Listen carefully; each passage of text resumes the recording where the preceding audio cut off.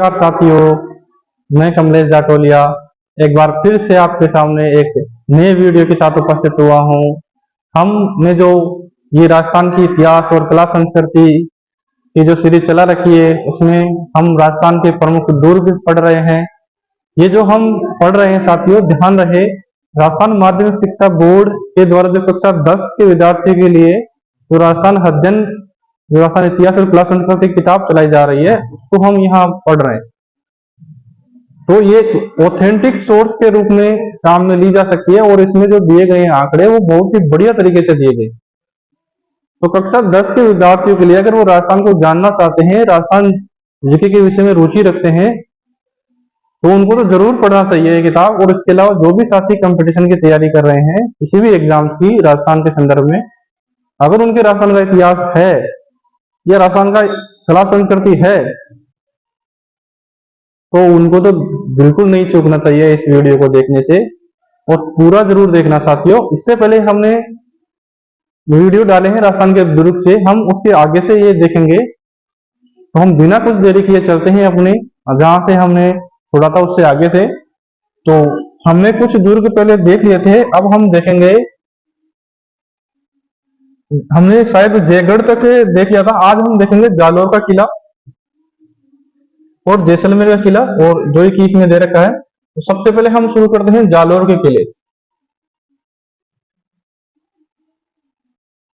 जालोर जो कि राजस्थान में स्थित एक जिला है, तो जहां रहे जालोर का जो किला है जालोर जिले में है, सोनगिरी पहाड़ी पर स्थित है। तो ये तो बात अपने लिए इंपॉर्टेंट हो ही गई कि जालोर का जो किला है कौन सी पहाड़ी पर है, क्योंकि आज कभी कभी क्वेश्चन पूछ लेता है कि कौन सा किला कौन सी पहाड़ी पे मिलान करने के लिए ऐसा।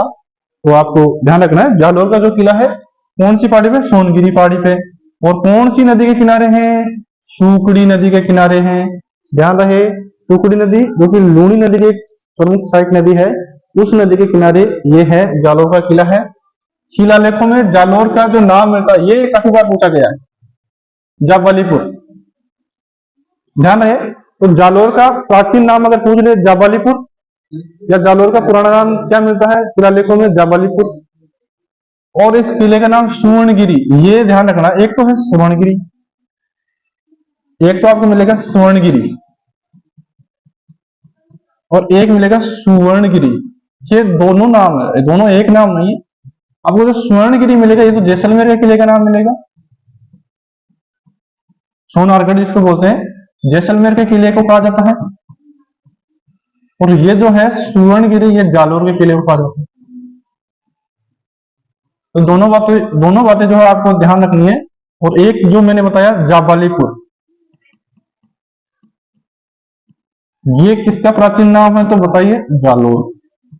शिलालेखों में शिलालेखों में जो जालोर का जो नाम मिलता है वो क्या मिलता है, जाबालीपुर। और स्वर्णगिरी का जो किला कहा जाता है वो किसको, जालोर का। और स्वर्णगिरी का जो किला कहा जाता है वो किसको, जैसलमेर के किले को कहा जाता है। इंपोर्टेंट है, आप ध्यान रहे। तो स्वर्णगिरी हमें जो है इस किले का नाम मिलता है। और इस किले का निर्माण जो है प्रतिहार शासकों के द्वारा कौन सी सदी में, 8वीं सदी में, ध्यान रखना है।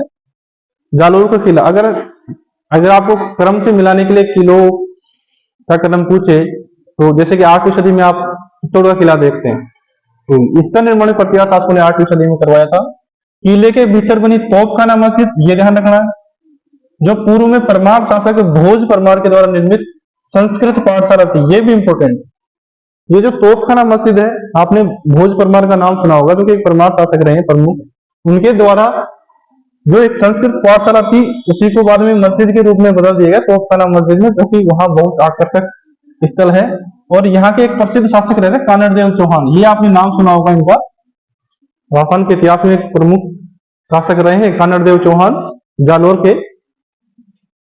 इन्होंने देखो अलाउद्दीन खिलजी से लड़ते हुए वीरगति को प्राप्त हुए थे। ये ध्यान है 1311 में, 1305 से 1311 में जब अलाउद्दीन खिलजी ने आक्रमण किया था जालोर पे, तो ध्यान रहे कानड़देव प्रबंध, ये कानड़देव चौहान, कानड़देव कानड़देव सॉरी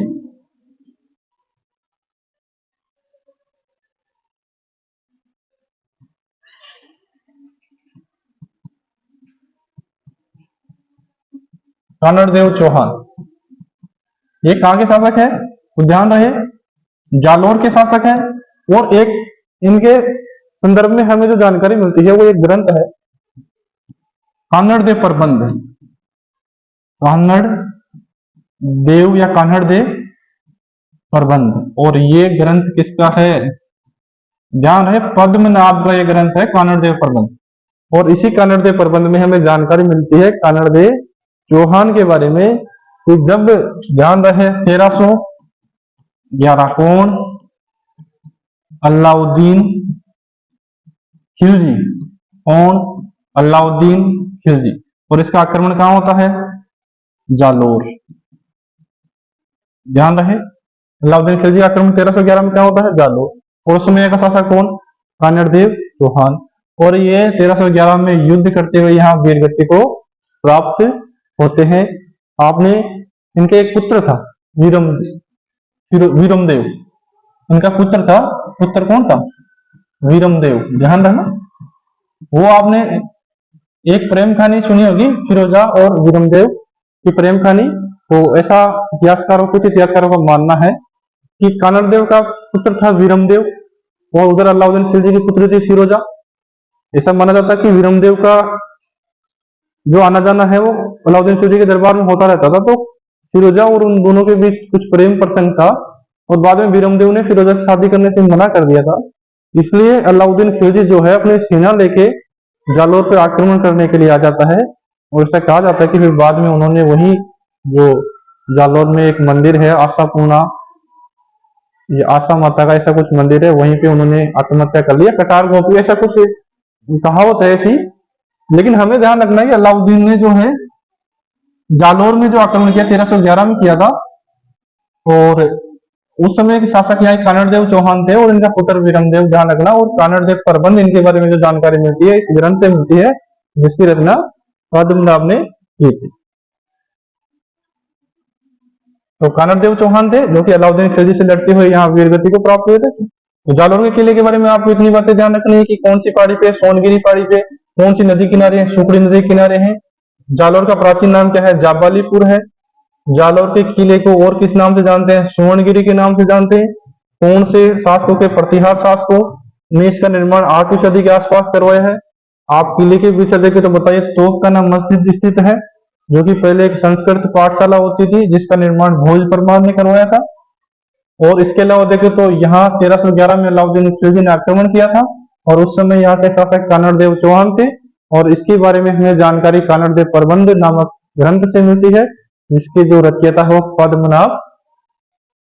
अब हम आगे चलते हैं, एक और प्रमुख किला जो इसमें दे रखे हैं ये है जैसलमेर का किला जो कि राजस्थान के इतिहास में अपना एक अद्वितीय स्थान रखता है।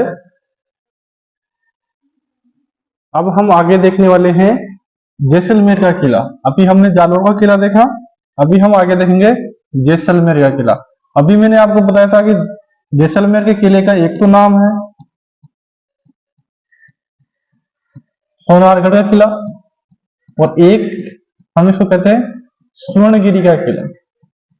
ठीक है, सुवर्णगिरी जो है वो जालोर के किले को कहा जाता है, जबकि सुवर्णगिरी जो है जैसलमेर के किले को सोनारगढ़ भी कहते हैं। राजस्थान की स्वर्ण नगरी, ये भी ध्यान रखना है। तो स्वर्ण नगरी कौन, ये ध्यान रखना। राजस्थान की स्वर्ण नगरी,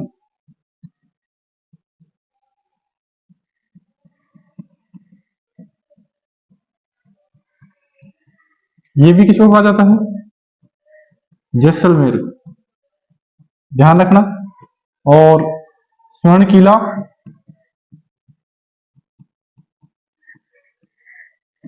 ये जैसलमेर के किले को कहा जाता है।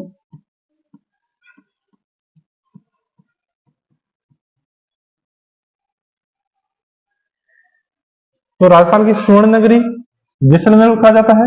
और यहीं पे ध्यान रखने कौन सी पहाड़ी पे, त्रिकुट पहाड़ी पर, त्रिकुट पहाड़ी पर ध्यान रहे कौन से पत्थरों से, पीले पत्थरों से निर्मित एक किला है जिसको हम कहते हैं सोनारगढ़ का किला या सोनारगढ़। तो सोनार का किला कहते हैं इसका निर्माण ध्यान रहे 1155 ईस्वी में भाटी शासक राव जेसल ने करवाया था। राव जेसल ने इसका निर्माण 1155 ईस्वी में पीले पत्थरों से त्रिकुट पहाड़ी पर करवाया था। ध्यान रहे इस दुर्ग के चारों ओर विशाल मरुस्थल फैला हुआ है, इसीलिए जब मैंने आपको दुर्गों के बारे में प्रारंभ में बताया था तो धानव दुर्ग एक दुर्ग की श्रेणी है। धानव दुर्ग का मतलब होता है जो मरुस्थल से गिरे हुए जो दुर्ग है, तो जैसलमेर का जो किला है वो धानव दुर्ग की श्रेणी में शामिल किया जाता है।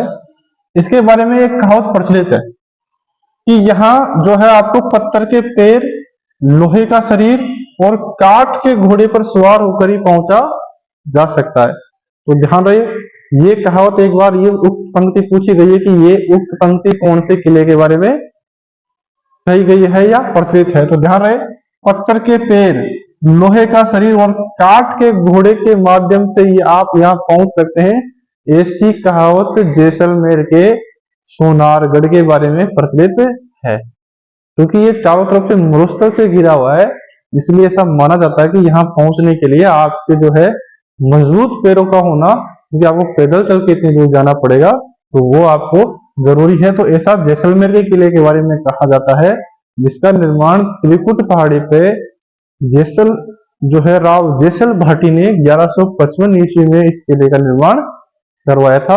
स्वर्ण नगरी, राजस्थान की स्वर्ण नगरी जैसलमेर को कहा जाता है।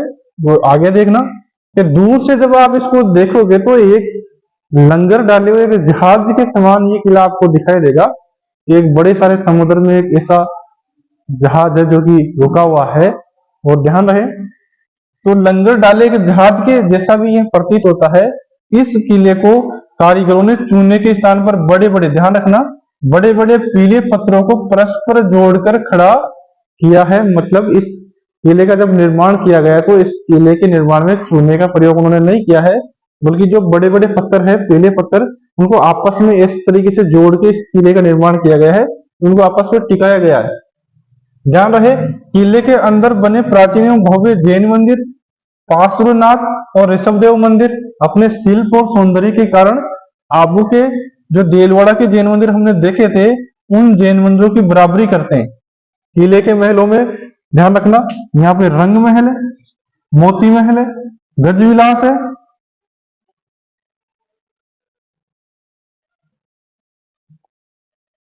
और जवाहर विलास प्रमुख है। इस किले की जो प्रसिद्धि है वह इसके दुर्लभ और प्राचीन पांडुलिपियों के संग्रहालय के कारण भी है, क्योंकि यहाँ पे एक प्राचीन जो पांडुलिपियों का संग्रहालय है इस किले में। ध्यान रहे तो हमने जैसलमेर के किले के बारे में क्या क्या जानकारी जो हमें ध्यान रखनी चाहिए, वो एक तो है, मैं आपको बता दूं कि पहले तो आपको ध्यान रखना है कि स्वर्ण नगरी कौन सी है, जैसलमेर। और दूसरा ध्यान रखना सोनारगढ़ का किला कहाँ है, जैसलमेर के किले को सोनारगढ़।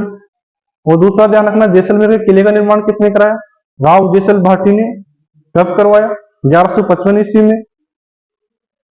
कौन सी पहाड़ी पे, त्रिकुट पहाड़ी पे। कौन से पत्थरों से, पीले पत्थरों से। जब सूर्य की आभा इस पे पड़ती है तो ये सोने के कलर का दिखाई देता है सुबह शाम, इसलिए इसको सोनारगढ़ कहते हैं। और समुद्र में लंगर डाले हुए एक जहाज के समान ये दूर से देखने पे दिखाई देता है। और इसके बारे में कहावत ये पढ़ लेते हैं कि आपको जो है काठ का घोड़ा, लोहे का शरीर और एक मजबूत पैर ही आपको इस किले तक ले जा सकते हैं, ऐसी कहावत इस किले के बारे में प्रचलित है। आपको इन बातों के बारे में ध्यान रखना चाहिए। और यहाँ एक प्राचीन पांडुलिपियों का संग्रहालय भी है, वो भी बात आपको ध्यान रखनी चाहिए। अब आगे हम देखते हैं, अब हम आगे देखेंगे लोहागढ़ का किला। ये राजस्थानी किलों में बहुत ही महत्वपूर्ण स्थान रखता है। लोहागढ़ जो कि राजस्थान के कौन से जिले में स्थित है, भरतपुर। ध्यान रहे, और आपको यह भी ध्यान रखना है भरतपुर में जाट वंश का शासन रहा है। ठीक है, तो पहला तो ध्यान रहे भरतपुर के किले को लोहागढ़ का किला भी कहा जाता है, या लोहागढ़ का किला भरतपुर में स्थित है, जो कि जाट वंश के राजाओं की स्मृति हमें उनकी वीरता या उनकी शौर्य गाथाओं के बारे में बताता है। तो ध्यान रहे भरतपुर के जाट राजाओं की वीरता उनके शौर्य और जो उनकी वीरता या उनके जो बलिदान है उनको अपने में समेटे हुए ये किला अपनी अजेयता के कारण और अपनी सुदृढ़ता के कारण आज भी पूरे राजस्थान में ही नहीं बल्कि पूरे इंडिया में विख्यात है। पूरे भारत में इस किले को या विश्व भर के लोग जब इस किले को देखने आते हैं तो यह अपनी अजेयता के कारण है। क्योंकि काफी प्रयत्नों के बाद भी इस किले को शासकों के द्वारा जीता नहीं गया था, चाहे वह अंग्रेज हो चाहे उससे पहले वाले शासक हो। इसका निर्माण देखे तो महाराजा सूरजमल जाट ने, जो कि 1733 में अपने युवराज काल में करवाया था, जब वह राजा नहीं थे, मतलब जब वह युवराज थे तब ही इस किले का निर्माण है, जो कि भरतपुर के जो बाद में चल के राजा बनेंगे महाराजा सूरजमल जाट, उन्होंने 1733 में इस किले का क्या करवाया था, निर्माण करवाया था। ये ध्यान रखना चाहिए, लोहागढ़ के किले का निर्माण। तो ध्यान रखे, लोहागढ़ को पूर्व स्थित में कच्ची गढ़ी को विकसित करके वर्तमान रूप दिया गया है। किले के प्रवेश द्वार पर यह इंपॉर्टेंट अष्ट धातु से निर्मित कलात्मक और मजबूत दरवाजा आज भी वीरता की कहानी, ये ध्यान रहे। यह जो दरवाजा है 8 धातुओं को मिला के एक दरवाजा बनाया गया है। अभी हम देखेंगे इसमें ये कहां से लाया गया है, कौन लेके आया था। तो ये ध्यान रखना कि अष्ट धातु से निर्मित जो प्रवेश द्वार है या कौन से किले में लगा हुआ है, लोहागढ़ के किले में। ध्यान रखना, कहानी कहता है जब इस दरवाजे को, ध्यान रखना, महाराजा जवाहर सिंह 1765 में दिल्ली से विजय करके लाए थे। ध्यान रखना है, जब जवाहर सिंह ने दिल्ली पे आक्रमण किया था तब यह इस दरवाजे को 1765 में वहां के किले से निकाल के इस किले में लाके लगाया था उन्होंने। ये अष्ट धातु से निर्मित दरवाजा है। इस किले की अभेद्यता के कारण इसकी चौड़ी दीवारें, किले की बाहरी दीवारें मिट्टी की बनी है तथा इसके चारों ओर एक, ये ध्यान रखना, गहरी खाई है, जिसमें जो कि चारों तरफ पानी भरा है उस गहरी खाई में, ताकि जब भी कोई आक्रमण से सुरक्षा के लिए पहले किलों में ऐसे जो खाइया बनाई जाती थी, चौड़ी चौड़ी खाइया, ताकि उसमें जब भी आक्रमण करे तो आसान नहीं हो। वो ध्यान रहे, इसके चारों तरफ क्या है, गहरी खाई है और उस गहरी खाई में पानी भरा हुआ। इस खाई में मोती झील से, ये भी ध्यान रखना है कि जो ये खाई बनाई गई है इसमें जो है पानी लाया गया है वो कहां से लाया गया है, तो ध्यान रखना मोती झील से। और इसके अलावा मोती झील से सुजान गंगा नहर का पानी इस खाई में इसके चारों ओर क्या हुआ है, भरा जाता है। तो ये ध्यान रखना कि लोहागढ़ के चारों ओर जो खाई बनाई गई है उसमें जो पानी मोती झील से सुजान गंगा नहर का पानी इसमें भरा जाता है। ध्यान रखना, अंग्रेज जनरल लॉर्ड लेक ने 1805 ईस्वी में अपनी विशाल सेना और तोपखाने के साथ कितनी बार, 5 बार इस किले पर चढ़ाई की थी। ये क्वेश्चन पूछा गया है। पहला तो आपको ध्यान रखना कि कौन से अंग्रेज अधिकारी ने इस किले पे 5 बार चढ़ाई की थी या 5 बार आक्रमण किया था, लॉर्ड लेक। ये भी पूछे कि लॉर्ड लेक ने जो है लोहागढ़ पे कितनी बार अटैक किया, 5 बार, और सफल कितनी बार रहा, नहीं रहा सफल, सफलता उसको मिली ही नहीं। इस किले पर 5 बार उसने चढ़ाई की थी, चढ़ाई की, परंतु हर बार वह क्या रहा, असफल रहा, मतलब जीत ही नहीं पाया। इसीलिए तो यह किला अपनी अभेद्यता के लिए जाना जाता है कि लॉर्ड लेक 5 बार उन्होंने यह प्रयास किया इस किले को जीतने का, लेकिन वह इसको जीतना दूर, वह इसकी दीवार तक नहीं लांग सका, तोड़ नहीं पाया वह आप इसकी अभेद्यता को। किले में देखे तो आप देखो किशोरी महल स्थित है, जवाहर बुर्ज, ये क्वेश्चन पूछा गया है कि जवाहर बुर्ज कौन से किले की दीवार पे, इस बुर्ज का मतलब होता है जो दीवार के जो बीच में जो बड़ा स्थान होता है अटैक करने, आक्रमण करने के लिए, आक्रमणकारी को रोकने के लिए वो बुर्ज होता है। जैसे कि राजस्थान में सबसे अधिक बुर्जों वाला किला जैसलमेर का किला है, तो यहां ध्यान रखना जवाहर बुर्ज प्रसिद्ध है, किशोरी महल है, कोटी खास है, वजीर की कोठी है, दादी माँ का महल है, गंगा मंदिर, ये क्वेश्चन पूछा गया है, गंगा मंदिर ध्यान रखना, गंगा मंदिर ये इंपॉर्टेंट है। गंगा मंदिर कौन से किले में स्थित है, भरतपुर के लोहागढ़ में। और लक्ष्मण मंदिर, यहाँ लक्ष्मण मंदिर भी है, ये भी आपको ध्यान रखना है। तो दोबारा बता रहा हूँ, किशोरी महल, जवाहर बुर्ज, कोठी खास, वजीर की कोठी, दादी माँ का महल, गंगा मंदिर और लक्ष्मण मंदिर इस किले में प्रमुख जो है स्थापत्य कला के या प्रमुख स्मारक इस किले में स्थित है। अब जो हमने किले देखे हैं ये प्रमुख किले, इनके अलावा देखे तो आप बयाना का किला जो कि भरतपुर में है, जहां में बयाना का किला भरतपुर में है। टीमनगढ़ का दुर्ग है, मारवाड़ का सोजत और कुचामन का किला है। पूर्व जयपुर रियासत के सिवाड़ जो कि सवाई माधोपुर में, कालख ये जोबनेर के पास में पड़ता है, काकोड़ और खंडार ये सवाई माधोपुर में पड़ता है। खंडार के किले हड़तिका, शेरगढ़ ये 12 में पड़ता है। सिरोही का बसंतगढ़ ये बसंतगढ़ का किला सिरोही में। सीकर का लक्ष्मणगढ़ का दुर्ग, ये किले भी इन किलों के अलावा अपनी स्थापत्य कला और बनावट के लिए पूरे राजस्थान में जाने जाते हैं। ये खंडार का किला है, ध्यान रखना, सवाई माधोपुर, ठीक है। और ये बयाना भरतपुर हो गया, सिवाड़ कालख। तो ये इतने किले इस पुस्तक में हमको प्रमुख रूप से दिए गए हैं। तो आपको इन सभी किलों के बारे में जो जो जानकारी इसमें दे रखी है या जो जो जानकारी मैंने आपको बताई है वो आपको याद होनी चाहिए। और इसके अलावा आप अपनी नोटबुक में आप नोट रखें मेन पॉइंट, ताकि एग्जाम जब भी आपके आए तो आप उनका ठीक से रिवीजन कर सके। उम्मीद है कि ये जो जानकारी मैंने दी है आपको, ये आपके लिए बहुत ही कारगर सिद्ध होगी। आप पिछले पेपर उठा के देखेंगे तो आपको पता लगेगा कि इस जो हमने अब पढ़ा है उसमें से कितने क्वेश्चन पहले पूछे गए हैं। उस आधार पे आपको पता चल जाएगा कि आने वाले एग्जाम्स में कितने क्वेश्चन पूछे जा सकते हैं। सभी का एक बार फिर से बहुत बहुत धन्यवाद। आपने वीडियो पूरा देखा, पुनः एक बार धन्यवाद।